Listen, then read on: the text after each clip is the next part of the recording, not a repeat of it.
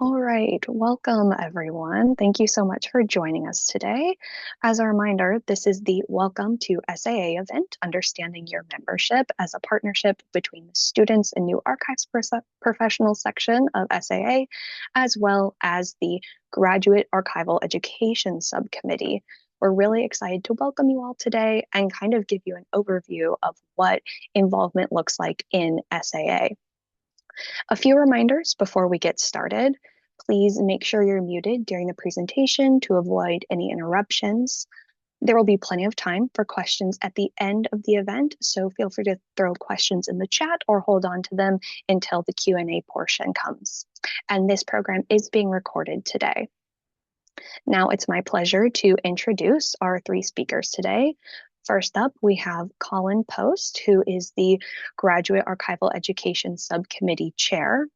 Second, we will have Matthew Novotny, the SAA Membership Marketing and Data Manager at SAA. And third, we have Erin Robinson, who is our SNAP Vice Chair and Chair-elect. Matthew, you want to go ahead and or Colin, go ahead and kick us off. Yeah, thank you, Emma. Excited to talk with you all today. Go ahead and share my screen, just a few slides. So like Emma mentioned, I am the current chair of the Graduate Archival Education Subcommittee, which is kind of a mouthful. And we're in library world, so it's acronym soup. But basically, what I do in that committee and what that committee does is we help to oversee and inform the standards and best practices for graduate archival education, including helping to support students in the various ways that they interact with SAA. And I'm also an assistant professor in an MLS program at the University of North Carolina at Greensboro. So what I want to talk about is sort of from my perspective as an archival educator, why I think participation in the Society of American Archivists as a student or emerging professional is a really important part of your kind of broader educational experience. And that's exactly the point that I want to make is that participation in SAA will build upon and enhance what you're learning in your classes, uh, experience that you're getting through internships or student jobs that you have while you are a student, and that SAA is not just sort of something else or something in addition, but is really can be an integral part of your other experiences, your other learning experiences as a student, as you are entering and immersing yourself in the archives profession. And I've got sort of a few bullet points to get at that, and uh, in the next couple presenters, Matthew and Erin, I think we'll get into some more of like the specifics of like how to enact these different things. But I wanted to kind of talk a little bit more generally and conceptually about some of the ways that I see as again as an archival educator and the students that I work with in my program, why I encourage them to be part of SAA as students. Some of the different benefits, ways that participation in SAA can build on what you are learning in your classes and what you're learning on the job through internships and volunteer opportunities and jobs that you're doing while you're a student. So I think one of the main things that participation in SAA can contribute is gaining leadership experience and gaining leadership experience in the profession. And SNAP is a great part of SAA that offers students pathways into leadership roles and responsibilities. But across SAA, there are ways for students to get involved. There are student representatives on a lot of different committees, including the Graduate Archival Education Subcommittee. We have a student rep at all times on that group. So even beyond SNAP, the section of SAA designed for students and new professionals, there are ways to start to get that leadership experience. Um, and that can be really beneficial too as you are graduating and looking for your first job or advancing in your current career, coming out of your degree program, that you can demonstrate that you've had that leadership experience. And there's lots of opportunities throughout the organization to get those leadership experiences. SAA also has lots of ways to both formally and informally um, have students develop mentorship relationships and peer relationships with other folks that are either also early career professionals or students, or to connect students to people that are later on in their career. And there's formal mentorship program, but also through the various ways that you can participate through volunteering with different parts of the organization, through the various discussion forums, and then attending conferences, either the national conference or the state or regional conferences, through the state and regional archives organizations, to start to develop that professional network, um, both like peer relationships, people that are kind of at the same stage of career as you, as well as mentorship relationships with people that are later on in their career. Uh, SAA also has lots of uh, educational materials that will help to supplement what you're learning in your classes and what you're learning on the job through various internship and volunteer experiences. And a lot of that is actually free, so you don't need to necessarily even be a member to get access to like details on like the DAC standard and the EAD standard and those sorts of things. But then there's additional curriculum like webinars, professional development experiences that are available to members that are also really rich and can sometimes do deeper dives into specialized topics that might not be fully covered in classes that you're taking. And then the ability to participate in sort of the professional discourse. And what I mean by that is both in like formal and informal ways. So presenting at conference is great and a really great experience that I encourage all of my students to consider, but also just, participating in the kind of emergent discussions around topics and issues that are happening through the various message boards and forums. I'll often bring examples from those forum discussions into my classes because I think that those are really great illustrations of just like, here's what people are talking about in their archives jobs. Like right now, these are questions that working archivists are grappling with and thinking through, and here's sort of how this discussion is emerging. On things like digital preservation or reparative description, like these topics that you're possibly hearing about in your classes, you can engage with how archivists working right now are thinking about those things, and participate in those discussions, or lurk on those discussions as your comfort level allows. And that kind of like all ties into this last point of like being part of the organization as a student member will help you to see how archival work is happening right now across the profession. And obviously, uh, you'll get some examples of that in the classes that you're taking, and the readings that you're doing, and in any on-the-job experience that you're getting. But being part of SAA helps you to get a kind of broader perspective to see really across the profession how archival work is happening and how archivists are approaching this work. So, like what kinds of technologies they're using, what standards they're relying on, and how they're collaboratively across the profession dealing with emerging issues.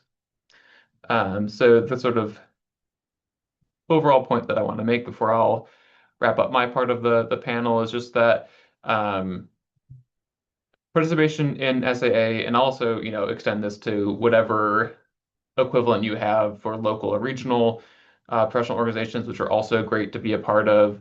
I know this panel is really focused on an SAA, but I also encourage you to seek out and look into what local or regional, state chapters or regional professional organizations you have available to you, because pretty much all of what I just said for SAA at the national level also applies to whatever your regional or state level professional organization offers. I know that's definitely the case for the North Carolina Archivist Society.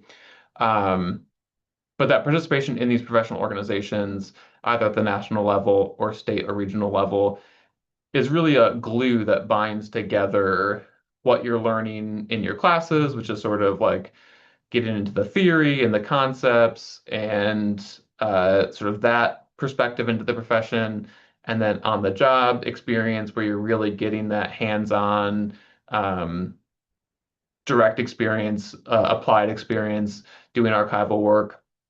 And then participation in professional organizations sort of helps you to put all those different pieces together and really see how the theory connects to practice and how the profession across the board is doing archival work.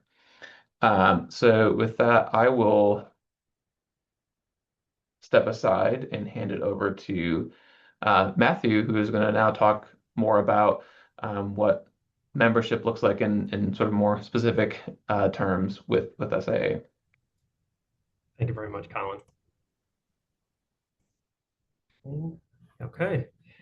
So yeah, I'm going to talk a little bit about getting involved with SAA student membership. Again, I'm Matthew Novotny. I'm Membership Marketing and Data Manager here at SAA.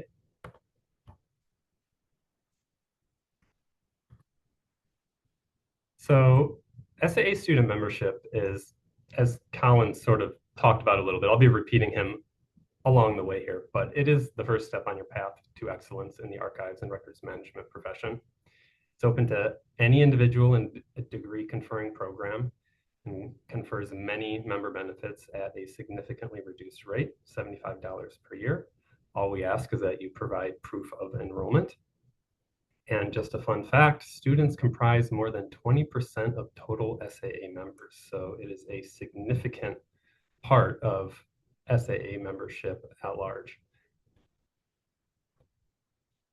Student members are eligible to hold any appointive position in the society. That includes a lot of different groups like committees, work groups, task forces, and even a position on the council.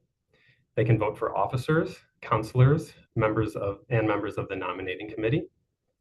They can vote on all matters requiring a vote, which come before the society as a whole.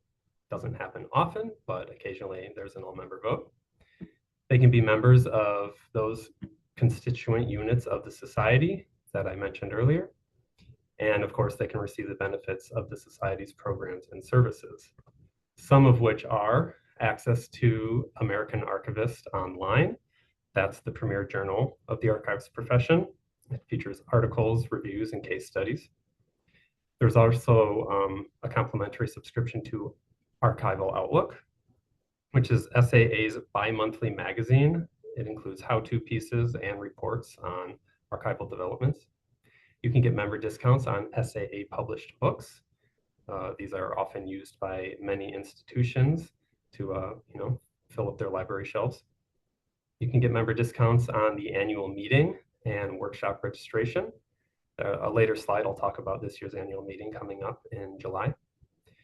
You can get member discounts on CE courses. Now, these are courses for the beginner as well as for the more advanced professional who wants to just build out skills a bit more.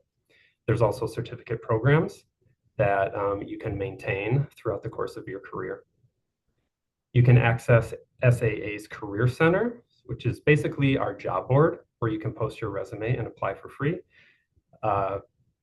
There are jobs going up on there almost daily, so it's something that you'll definitely want to keep track of as you're looking for your position or your next position. You can participate in SAA sections, of which there are, I believe, 43, and you can participate in as many as you'd like, as many as time allows. You can also participate in SAA's mentoring program.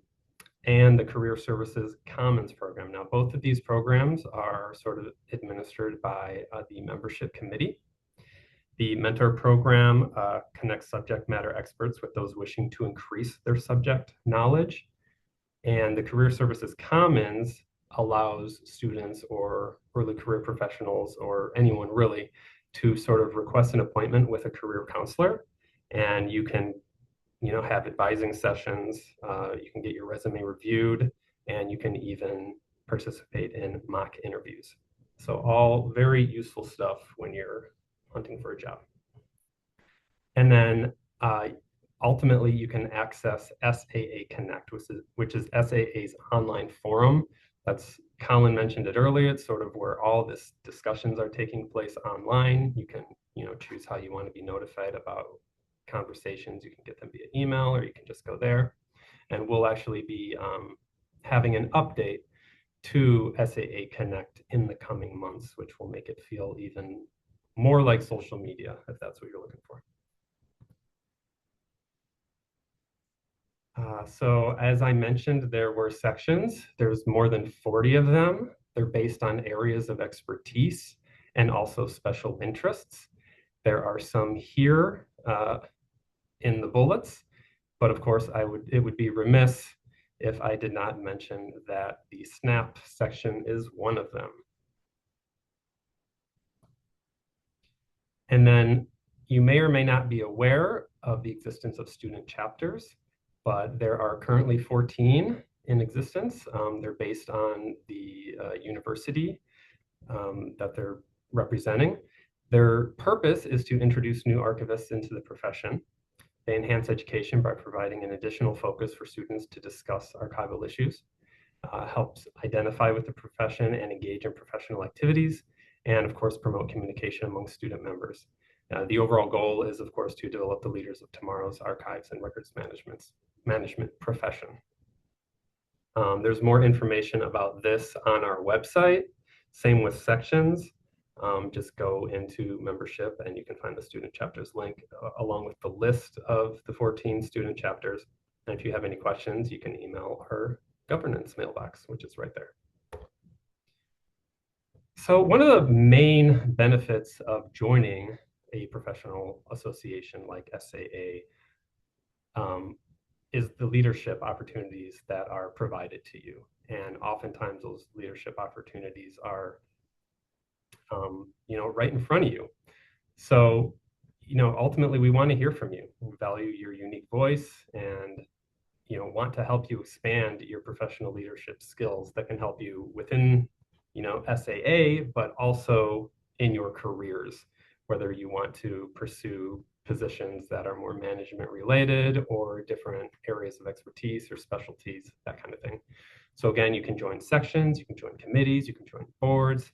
Task forces and working groups are sort of more for specific projects that may have an end date. There are joint groups with even other associations that SAA partners with on certain projects. And then of course you can be a part of the SAA Foundation, which is our philanthropic arm. So often you will see calls for volunteers, especially in SAA's In the Loop biweekly newsletter. You'll also see them coming from SAA Connect. A lot of the groups post their invitations there. Specifically related to students, every spring SAA asks for student and early career members to apply for positions that are on various groups. The committees listed in the bullets. Some are working groups, some are sections, and some are committees. You can work directly with the groups as the student or early career representative. You can participate in all the meetings, assist with special projects or research. There is one volunteer per group and terms are for 1 year.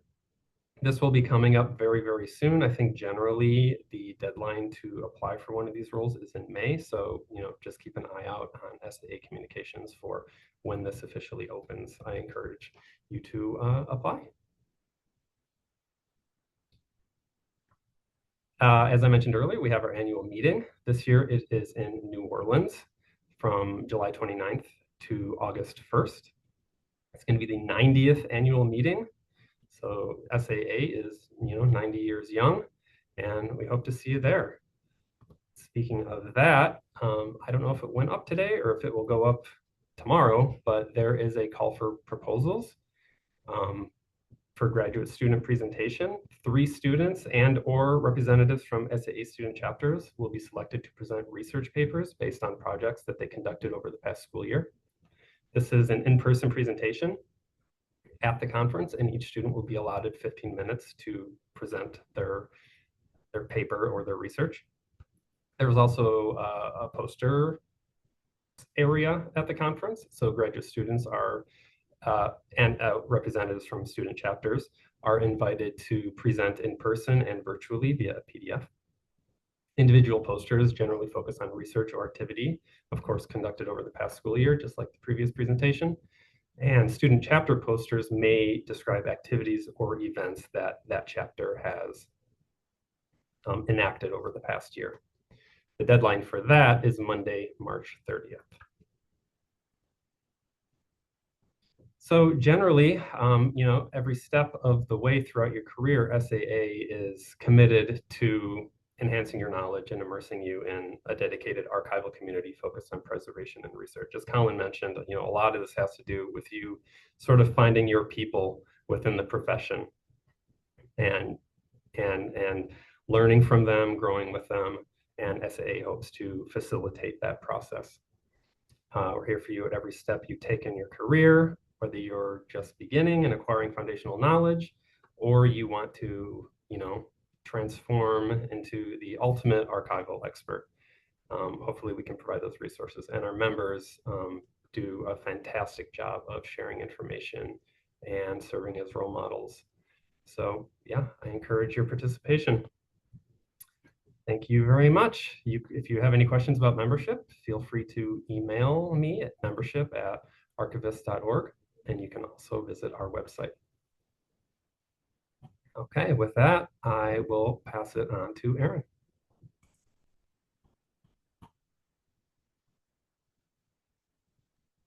Okay. My name is Erin Robinson. I've been a member of SNAP for 3 years now. I joined as an ex officio member and started on the social media team and worked with the blog. I'm now the vice chair.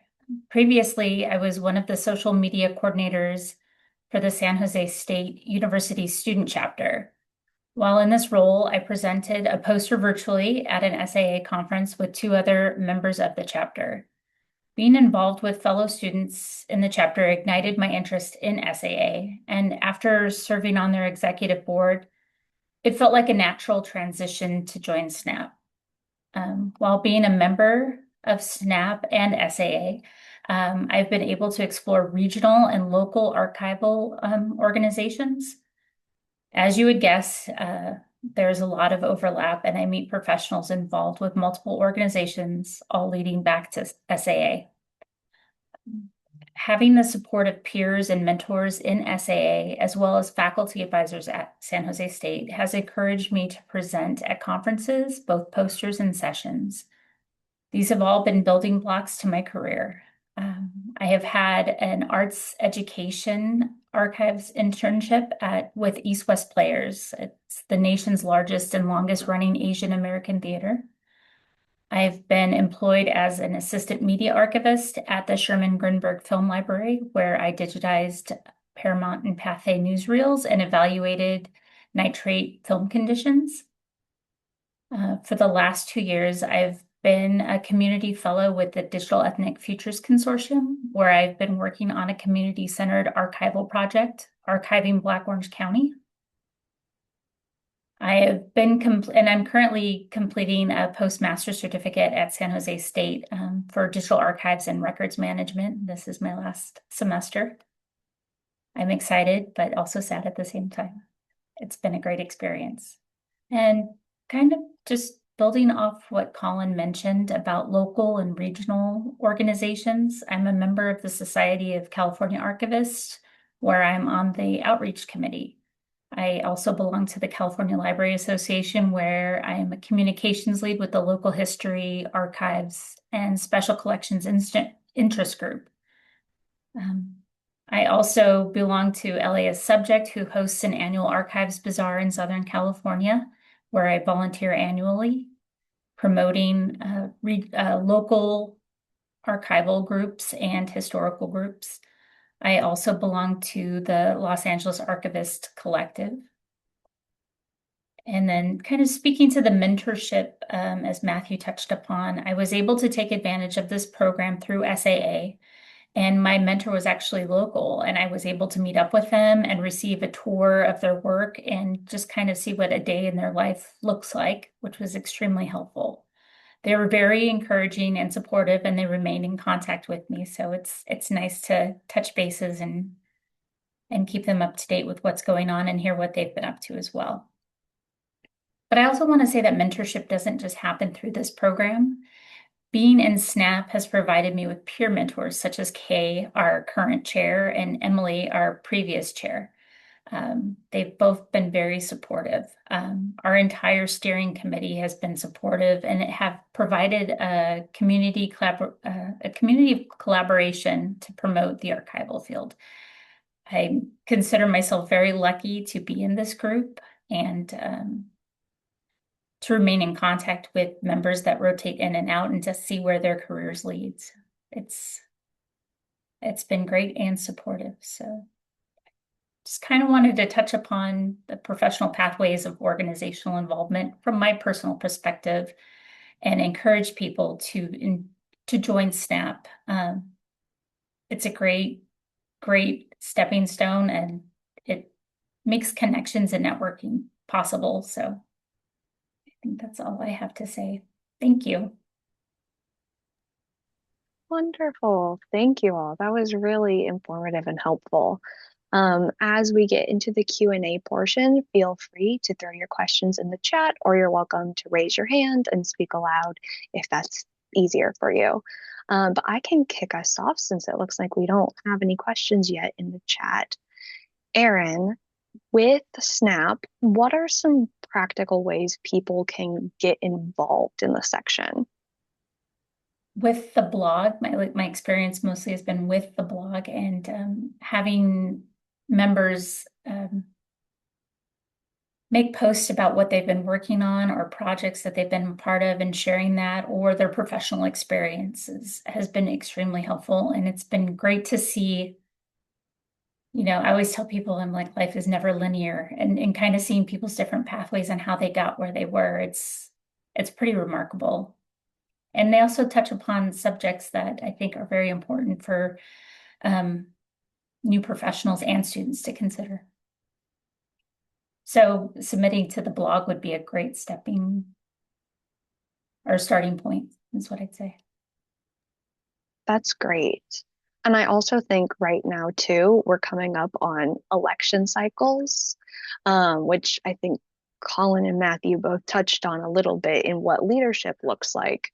What does leadership look like within the SNAP section? It's very supportive.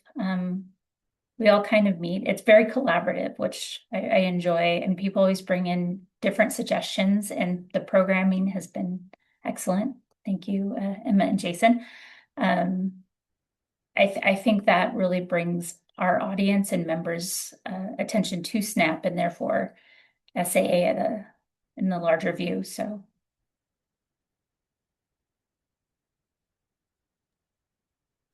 I encourage people to join our steering committee if possible, even as an ex officio, if you want to kind of wade in and see what you think. And there's always, I don't ever feel like anyone's overly burdened in our steering committee. It's people tend to help each other out and take lead if something needs to be taken care of. So yeah, and could you explain the difference between like an ex officio member versus an elected member of the steering committee? The ex officio members they're not elected because the elected roles you have to be voted upon, but they're appointed by the chair. And they typically fill in other places where there's a need in our particular steering committee, such as blog, programming, outreach, things like that. Great. Um, we have a question in the chat from Jordan. Has anyone ever been able to use their SNAP membership or mentorship appointment as a credit-based learning internship? Erin, do you know if that's ever been done before? I think that would be up to the school. I don't think it would be up to the mentorship program itself. It might, I mean, you might be able to get an internship through your mentorship. I did, when I was in the student chapter, we did have a member reach out to somebody that was presenting at the Sacramento Historical Society, and they got an internship through one of our presenters, which, I mean, having that outreach and programming, again, speaks not only to student chapter level, but also to the SNAP level. So you never know where it can lead, is I guess my advice to Jordan.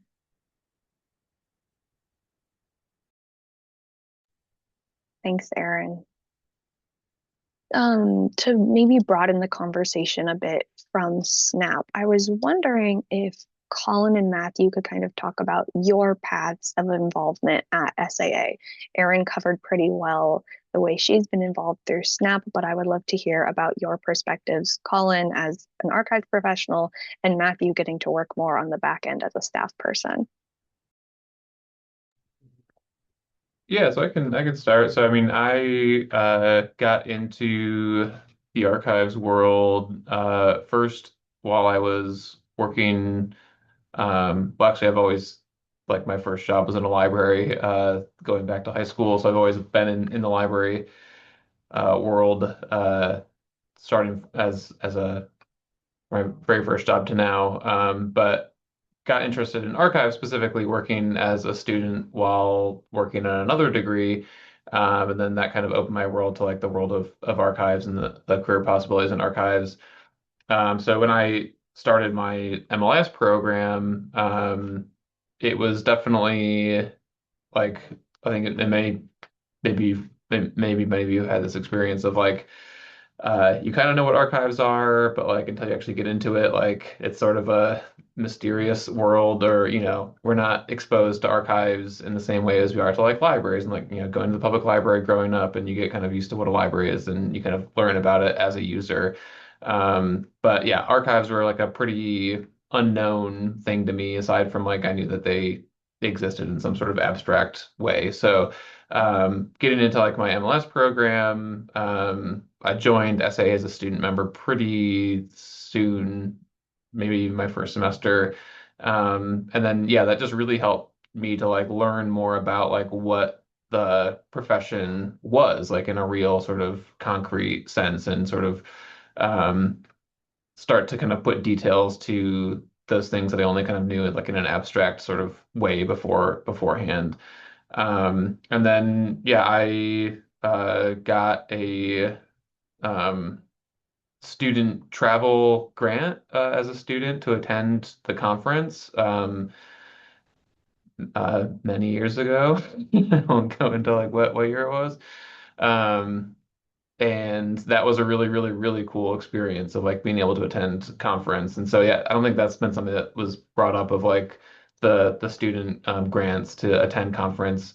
And there's also student awards for papers too. So talk with your faculty members at your programs about either applying for those or getting nominated for like the student paper awards if you've written something for a class that you've are really proud of. So like that, getting to attend conference, thanks to that grant, was a really awesome experience and kind of eye-opening experience.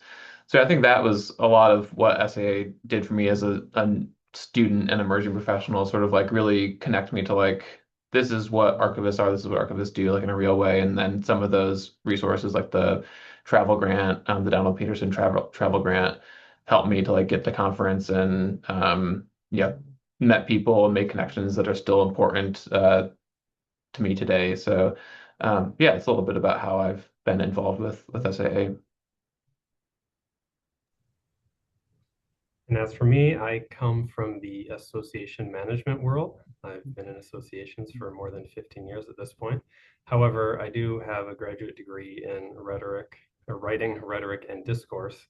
So I think I'm naturally attracted to texts and textual analysis. So when um, let's just say I was very happy to come on to SAA because I do feel like I have a lot in common with members here on that level.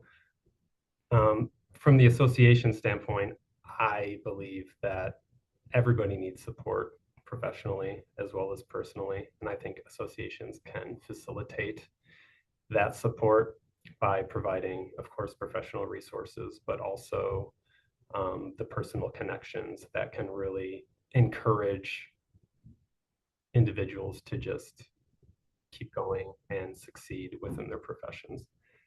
And I think SAA has a lot in place to help that happen. And I think the staff plays a part, but I think the members play an even greater role in providing, role models and resources and guidance throughout. Thank you both. And thank you, Colin, for mentioning the travel awards. I think it's also notable to mention student scholarships too. Even though SA obviously has a cost to it, there are still ways to help you make things more affordable as a student.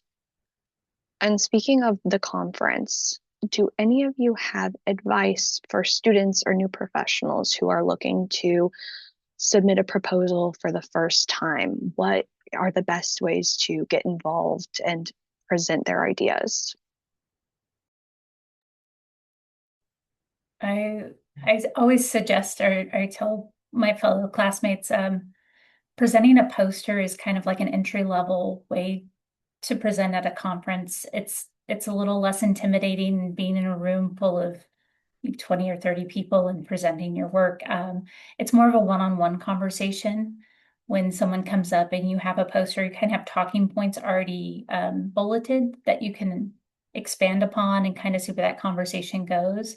I've had people at conferences reach out when they come and look at my poster and ask me to write an article or submit something else for another conference. I think it's a nice entry point, and it's very I'd say low stakes with public speaking. It's kind of what kind of eases you into it. At least that's my opinion. So.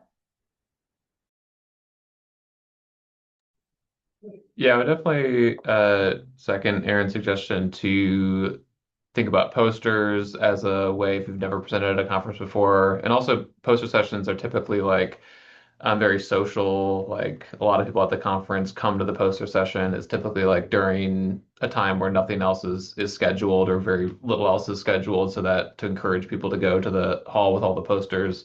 So you will often get like more people engaging with your poster than you would even at like a session, which might have, 30 people in it, but you might have like 50 or more people come to your poster in a poster session. And then yeah, in that more kind of one-on-one way, which can be really a really great experience and a richer experience than people that are in the audience of a panel session that might get a lot out of your presentation, but you don't get that same kind of like connection of like someone actually talking to you about your work. I would also really recommend again put in a plug for like state level and regional level conference participation as well. And that can also be a lot more affordable, right? Than because that's going to be closer to you where you are. And yeah, just a little bit more affordable. And if, I would recommend exploring both SAA and local regional conferences, but local and regional conferences can be even more accessible and also good entryways into getting that experience of presenting. But really across the board, whether we're talking about like annual conference and really just like all of the various ways that students have for engaging with other folks in SAA, both online, in person, through conference, through mentorship. Um, I would say that the profession as a whole and the organization, SAA specifically, are very like welcoming and excited to have students and new professionals involved. That was my experience as a student coming up through SAA, and now as a more established professional, the experiences that I've had and been party to with students and new professionals, that the profession is just really like encouraging and wants to hear students and gets really excited when students and new professionals are actively involved in things. So don't let, the sort of imposter syndrome take over and feel like you shouldn't be there, or you shouldn't be presenting because you don't have something to say, or you shouldn't get involved in a section because you don't feel like you have something to contribute to that section. I would just encourage you to put that sort of uh, aside, or try to put it in a box and acknowledge it, but then put it aside to allow yourself to get involved through these various ways that we've been talking about, because other folks in the organization and in the profession as a whole are very eager to hear from students and new professionals and to work with them. Yeah, I say go for it. Why not? I mean, you do all this hard work and research. It doesn't really mean anything unless someone else interacts with it. It's just like some photo hidden away in an archive that might as well not exist until you discover it, right? So why not? What's the worst that's going to happen? They challenge you. It's not going to be the first time you're challenged in your life. Hone your debate skills. But I think more often than not, everyone's just going to appreciate the hard work that you did and congratulate you and tell you to keep going. And kind of adding to that, sorry, SNAP will have a virtual poster presentation before the conference. So I encourage, if somebody wants to submit that, definitely feel free to submit for our poster presentation before the conference if you feel like that might be a little bit more palatable with a smaller sect than an in-person conference. So just a suggestion. So. Yes, we're very welcoming. It might be a little daunting at first, but we would love to have you present. Does anyone have any questions? Feel free to put them in the chat, or feel free to unmute and speak out.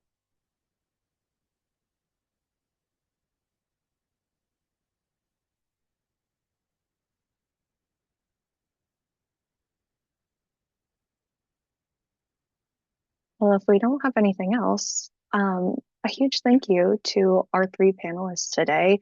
This was really helpful. You gave really great advice and really great insight into actually getting involved with SAA. It can be a very big organization, so having a bit more of this direction to go in is really helpful. Kay or Erin, is there anything else you want to add from SNAP before we get off? I think as chair, I would just say, like, we have elections coming up in the spring. Like, please, just like, if you are feeling like unsure about a certain like title, whether you want to be a member at large or secretary or vice chair, just go for it. A group of your peers will elect you to certain roles, and it's usually the case too if maybe you don't make a certain threshold that we will, or somebody in the steering committee will say, hey, like, do you still want to be involved? So there are plenty of ways if you're interested to be involved. It's really good for building leadership skills, like learning how to like manage a group of people in a certain way of like, doing a couple different things, like from promotions on social media to programming, to just thinking about like what is the long-term strategy you'd want to implement for a particular part of the section. It's good ways to like kind of, start building that muscle if you would like to build that muscle. But yeah, I think it's a great group, and there are multiple ways to get involved depending on if you want to be virtually involved or in person. This work can all be done virtually, especially if you are somebody who can't go to a conference in person. There are ways to definitely get involved virtually as well. So elections will start this spring. Keep a lookout. And again, like if you're in a student chapter, like, and you want to join SNAP, we definitely encourage you to do so.